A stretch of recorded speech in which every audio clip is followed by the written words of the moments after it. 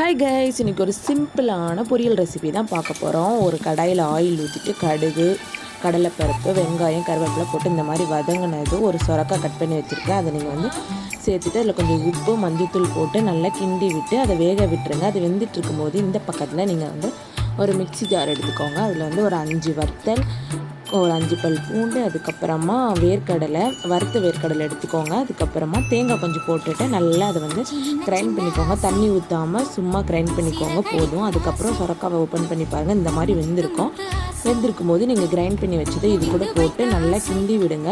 நிஜமாகவே டேஸ்ட் ரொம்ப நல்லாயிருக்கும். இந்த வெயில் காலத்துக்கு நிறைய தண்ணி காய்கறி சாப்பிட சொல்லுவாங்க. ஸோ நீங்கள் இந்த மாதிரி செஞ்சு சாப்பிடும்போது உங்களுக்கு வந்து வெஜிடபிள்ஸ் பிடிக்காதவங்க கூட இது ஈஸியாக சாப்பிட்லாம். குழந்தைங்களும் ரொம்ப விரும்பி சாப்பிடுவாங்க. கண்டிப்பாக ட்ரை பண்ணி பாருங்கள். இந்த மாதிரி வீடியோஸ்க்கு நம்ம சேனலை மறக்காமல் சப்ஸ்கிரைப் பண்ணிக்கோங்க, ஃபாலோ பண்ணிக்கோங்க. இந்த ரெசிபி வீடியோ உங்களுக்கு பிடிச்சிருந்தா மறக்காமல் லைக் அண்ட் ஷேர் பண்ணிக்கோங்க. Bye guys.